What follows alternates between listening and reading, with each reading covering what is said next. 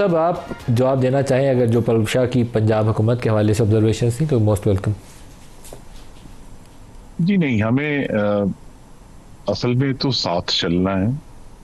और जो इख्तलाफ हुआ भी है उसके ऊपर जो कुछ सख्त अल्फाज कहे भी गए, लेकिन हकीकत ये है कि अगर कोई इख्तलाफ है तो वो जो डिलीवरी है सैलाब के जो मुतासरीन है उनको जो रिलीफ देना है उसके तरीके के ऊपर इख्तलाफ है ना असल में। तो कि वो कहते हैं जी BISP जो है वो बेहतर है, पंजाब हुकूमत का ख्याल है कि नहीं हम इसके ऊपर अपनी तरीकेकार इख्तियार करेंगे, और उसमें फिर बात बढ़ गई आगे तो हम यहाँ तक पहुंचे। तो असल बात हमें याद रखना चाहिए कि हम सब ये चाहते हैं कि हम जो सैलाब ज़दगान हैं उनको रिलीफ पहुंचाएं। उसमें इख्तलाफ होंगे और फिर अल्हम्दुलिल्लाह हम उनको हल करेंगे। इसी तरह हमें जो आई थिंक जो एक इशू है जिसकी तरफ आपने इशारा भी किया और निज़ाम के बारे में बात, अब निज़ाम में इशू ये बन रहा है कि जहां बलूचिस्तान में और KP में और अब आज़ाद जम्मू कश्मीर में कि वहां के जो मुंतखब ऐवान है उन सूबों के, वहां से ये इस इस्लाह की आवाज क्यों नहीं उठ। बलूचिस्तान की असेंबली के बारे में कहा जाता है जी कि वो नुमाइंदा नहीं है, लेकिन KP की असेंबली पे नुमाइंदा नहीं है अगर वहां से इसका हल नहीं निकल रहा। आजाद जम्मू कश्मीर में मैंने कहा कि 2021 में इंतखाबात हुए थे, तो वहां की असेंबलियों के बाहर क्यों एहतजाज नहीं होता, सूबाई असेंबलियों के बाहर एहतजाज क्यों नहीं होता, और वहां से क्यों नहीं इसके बारे में रिलीफ निकलता। AJK ने अभी दिसंबर में इस तरह का एक बड़ा एहसन तरीके से सारे मामले को हल किया था, लेकिन जो एस्पिरेशंस हैं मतलब बहुत सारी बातें जो एक्शन कमेटी ने AJK में की सर हैं असम्बलियाँ जिस तरीके से वो चल रही हैं, पहले फॉर्म 47 का इशू था, अब PTI वालों की नशिस्तों के साथ जो कुछ मरकज़ में भी हुआ, जो कुछ सूबे में हुआ, जो कुछ उनके साथ नहीं। तो सेनेट की नशिस्तों के मैं ऊपर भी हुआ, यही तो ये मलिक सारा साहब उसके अर्ज बाद आप करना सोचते चाहता हैं हूँ। कि ये it's a truly functional system, it's not a good functional system. नहीं, मैं अर्ज यही तो आपको याद कराना चाह रहा हूँ कि 2021 में तो भी फॉर्म 47 नहीं आया था, उस वक्त कोई और फॉर्म था। चल उस वक्त भी कोई फॉर्म रहा था, लेकिन वो 47 नहीं था। तो अगर वो बिफोर फॉर्म 47 गवर्नमेंट्स जो हैं उनके हालात हैं, या खुद KP में अगर दहशतगर्दी का इतना बड़ा इशू है और उन वो तमाम 12 अजला जहां इस वक्त KP हुकूमत की रिट नहीं है, वहां के नुमाइंदे जो हैं जिस जमात के हैं उनकी तरफ से क्यों नहीं ऑन द ग्राउंड खुद चीफ आवाज मिनिस्टर आती। KP देखिए का अपना इलाका जी, DI खान, बाकी तो कहीं जा ही ना, जी, खुद तो मैं अली मीर अपने यही इलाके अर्ज में नहीं जा करना चाह सकता। रहा हूं कि हम जब कहते हैं कि हमें जी वो लोकल लोगों से बात करने की जरूरत है कि इन मामले को कैसे हल किया जाए, तो लोकल लोग तो एडवाइस जिस फॉर्म में रियासत एक्ट कर सके उसमें तो नहीं आ रही। और फिर बास जगहों पे हमने देखा है कि KP हुकूमत जो है वो दहशतगर्दों के साथ बुज़दिलाना मुसालियत करती है, बार बार उनके बयानात तो यही हमें बताते हैं। AJK में सिचुएशन यही है कि ये कोई अभी सियासी जमात नहीं है, ये एक आप एक्शन ग्रुप कह लें, प्रेशर ग्रुप कह लें, जो अपने जो है मुतालबात लेकर चला है। और उनके मुतालबात जो हैं वो बिलाखिर या तो असेंबली ने, उनकी जो कानून साज असेंबली है उसने पूरे करने हैं, या पीछे से इनडायरेक्टली वफाक ने पूरे करने हैं। अब वफाक 310 अरब रुपए का बजट जो है वो AJK को दे रहा है।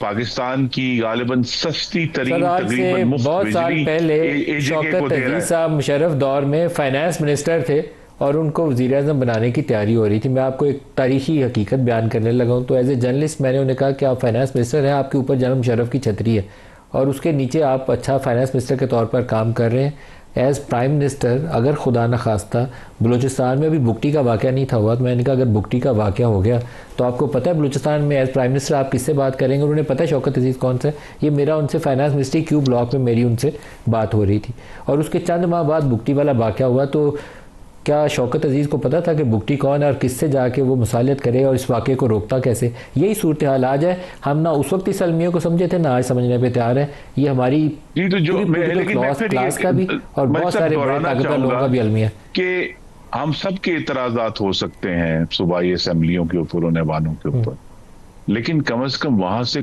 कुछ तो, अगर वो लोग ऑन द ग्राउंड हैं कुछ तो हमें गाइडेंस होनी चाहिए, कुछ तो हमारा जो डायलॉग का रास्ता है वो खुलना चाहिए।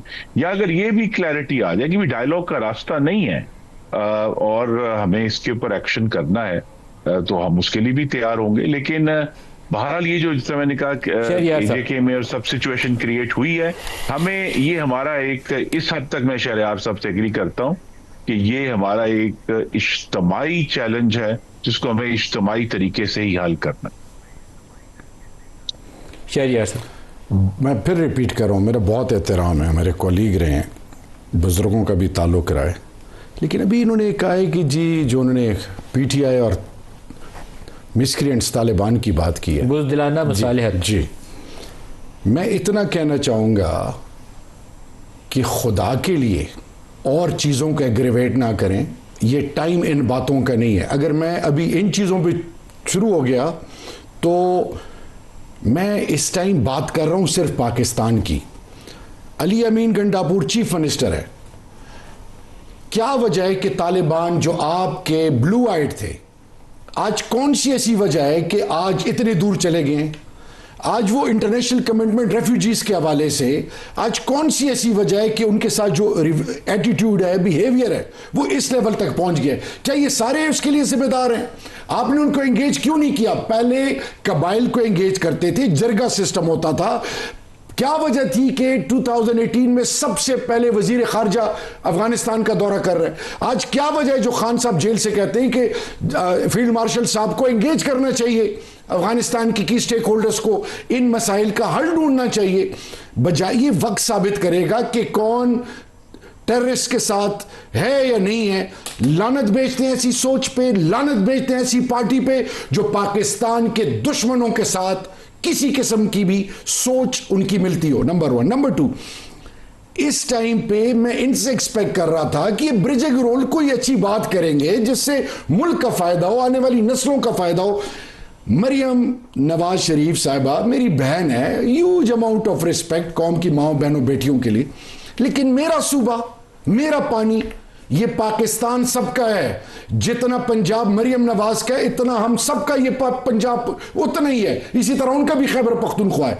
आप में ये जो तकब्बर आ गया, एक परसेप्शन है कि जी हिंदुस्तान शिकस्त खा गया है, सऊदी अरब के साथ आपकी डिफेंस डील हो गई है, डोनाल्ड ट्रंप गले लगा रहा है, मोहम्मद बिन सुलेमान इजराइल आइनस गले लगा रहे हैं, तो अभी आप जो हैं वो मुसख्खर कर गए हैं सब चीजें। तो अब वो ना पीपल्स पार्टी पे ब्रेक लगा रहे हैं, ना पाकिस्तान के लोगों पे ब्रेक लगा रहे हैं, डंडे बरसाए जा रहे हैं, लोगों को मारा जा रहा है। खुदा के लिए होश के नाखुन ले।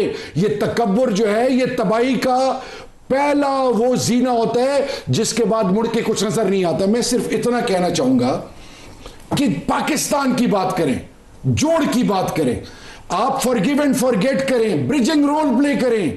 पाकिस्तान के हवाले से, इस खित्ते के हवाले से आपकी मेरी बहुत जिम्मेदारी है। अफगानिस्तान कहां चला गया? बांग्लादेश 2% कहते थे, वो कहां चला गया? आपकी इकोनॉमी, आप फॉरेन इन्वेस्टमेंट के हवाले से आपको अगर अल्लाह चीन वसीला ना बनाता 10 मई को, और इस मुल्क की एयरफोर्स और आर्म फोर्सेस ने जो लाजवाल कुर्बानी दी, और पूरी कौम को अगर आपने यकजा कर रहे हैं, क्योंकि हिंदुस्तान अजली दुश्मन मोदी बीजेपी वो अपनी मैनिफेस्टो के लिए, अपने मुस्तकबिल के लिए, आने वाले इलेक्शन के लिए हर वो हरबा इस्तेमाल करेगा जिससे वो कॉन्फिडेंस रिस्टोर करे इंडियंस का।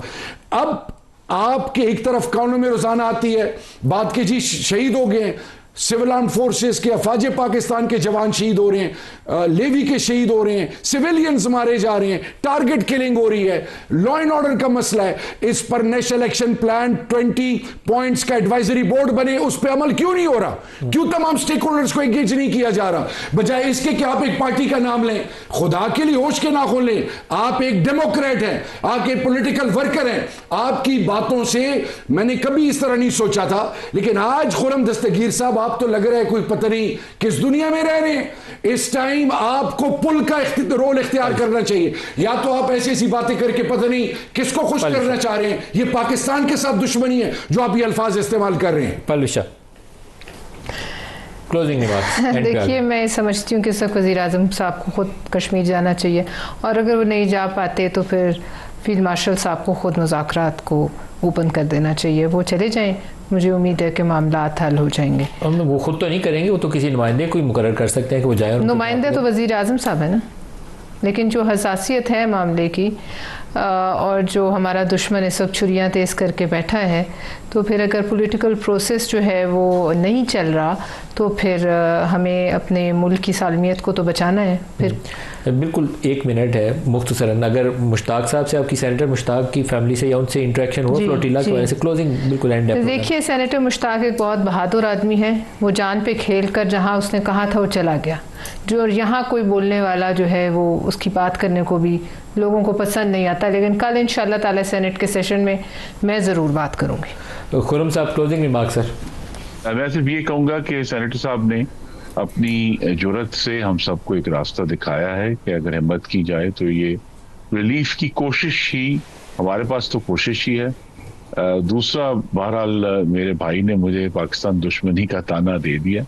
जिस जमात के रिकॉर्ड पे 9 मई हो या 26 नवंबर 2024 हो, अज़राए करम किसी और को पाकिस्तान दुश्मनी का ताना ना दें, और ये हमें एक दूसरे को ताना नहीं देना चाहिए।